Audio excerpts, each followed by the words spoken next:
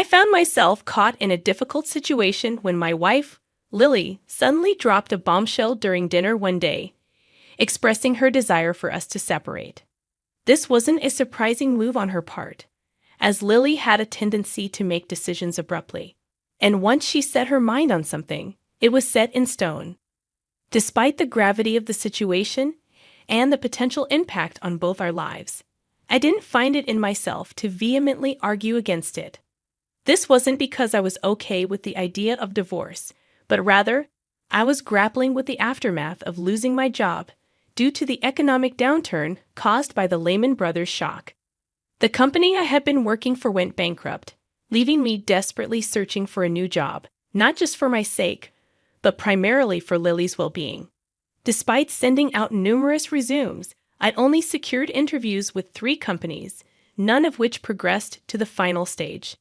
The realization hit hard that my 5 years of experience in a subsidiary of a major automotive manufacturer didn't carry as much weight as I had hoped. It felt like my spirit was breaking under the weight of these challenges. Securing a job at my previous company had been a stroke of luck that I now appreciated more than ever. Reflecting on the past, I recalled the nerve-wracking job hunting period, where interviews were a significant hurdle for me. Public speaking discomfort and the prevalence of group interviews made it even more challenging. During one particular interview at my current workplace, a group discussion was part of the selection process. Seated at a table with other candidates, each vying to impress the interviewers, I found myself overwhelmed by the atmosphere. Unable to articulate even a fraction of my thoughts, I left the discussion feeling deeply discouraged, convinced I wouldn't pass, not even by some stroke of luck.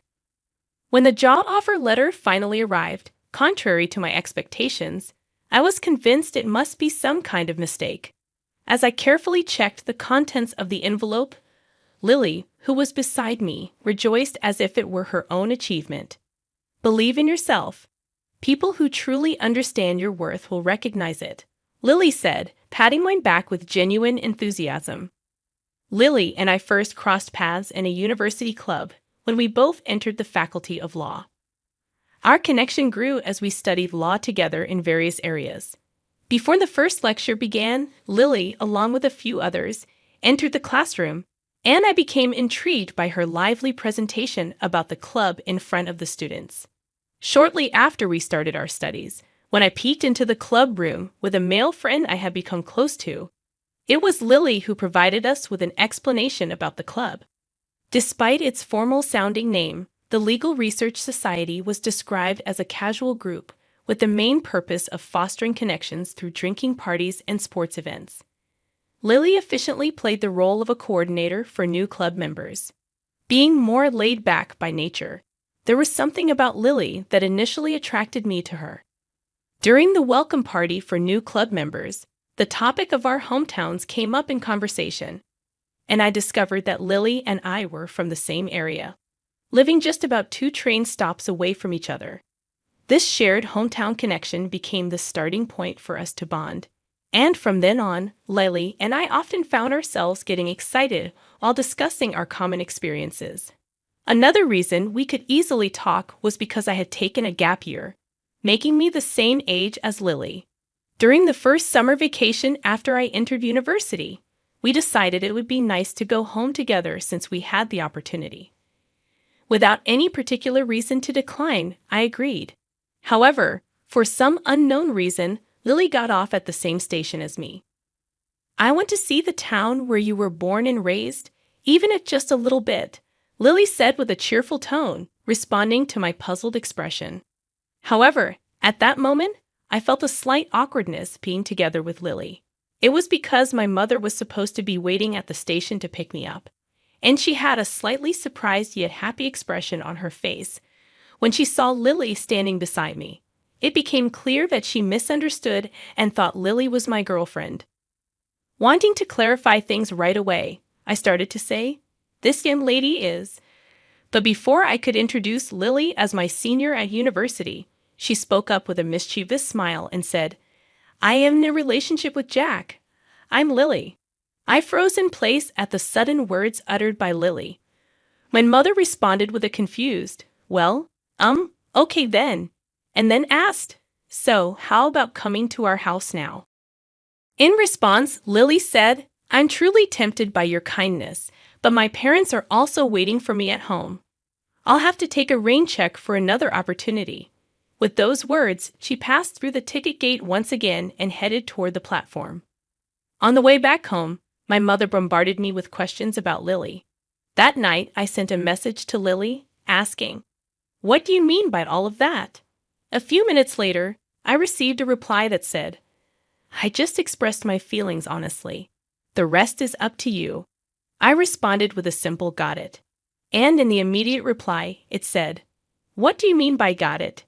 It's either we're together or we're not. There are only two options for an answer." I decided to be straightforward and replied, "I want to be in a relationship with you," and sent the message. In response, I received a message saying, "All right then." From that moment on, I believe our hierarchical relationship was established between me and Lily. During my job search, I didn't have any particular company in mind that I wanted to join. Even the choice of where to send my applications was decided after discussing it with Lily. Despite Lily's repeated cautions, urging me to take more initiative, I would respond with something like, "I have Mother Lily, the absolute deity, with me, so everything will be fine." At that time, I had little awareness of making decisions about my own life and was always receiving advice from Lily. For years after graduating from university, I married Lily, and our life together seemed to be going smoothly. Therefore, when Lily suddenly confessed to cheating on me, I was deeply shocked. She calmly stated, "Tomorrow morning, I will be leaving this house. As I am solely at fault, I will agree to whatever compensation you suggest. Please contact the lawyer I will appoint for further arrangements," and without any emotional expression, Lily entered the bedroom. Frustrated with my own helplessness, I couldn't even say a word or take any action in response to Lily's unexpected revelation. I couldn't sleep at all that night, and early the next morning, I heard the sound of Lily waking up and getting ready.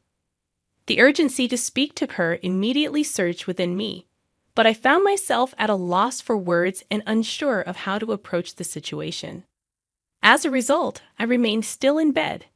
After I heard the sound of Lily closing the door and everything became quiet, I left the bedroom where I had been sleeping.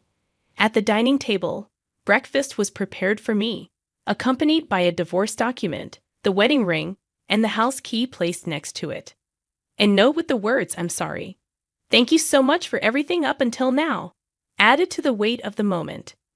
I collapsed in despair, crying out loud with tears overflowing from my eyes in such abundance that I couldn't believe there were so many tears within me.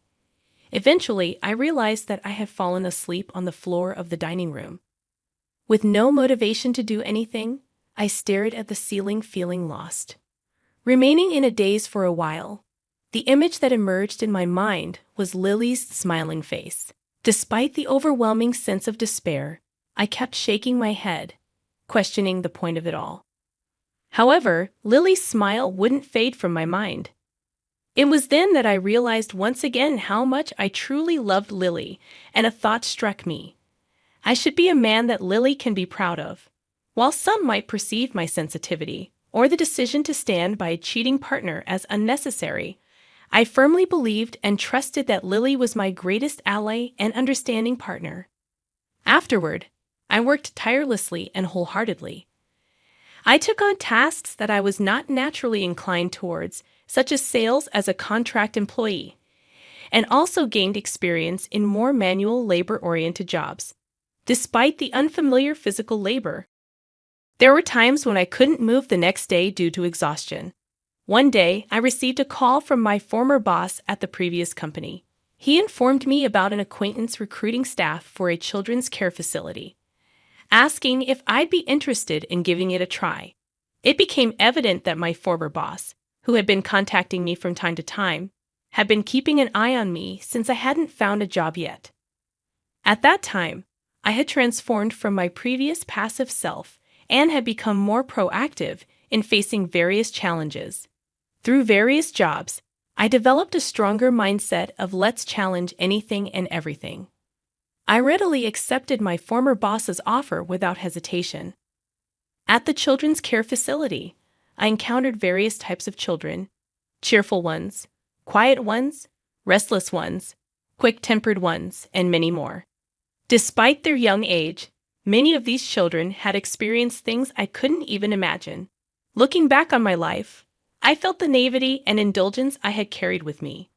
As I sincerely engaged with the children, who were honest with their feelings, I realized that my own heart was being healed in the process. I began to think that maybe this is the place where I truly want to work. With my doubts gone and a lighter heart, I interacted with the children in a more natural and genuine way. One day, while doing desk work, I was called by the facility director.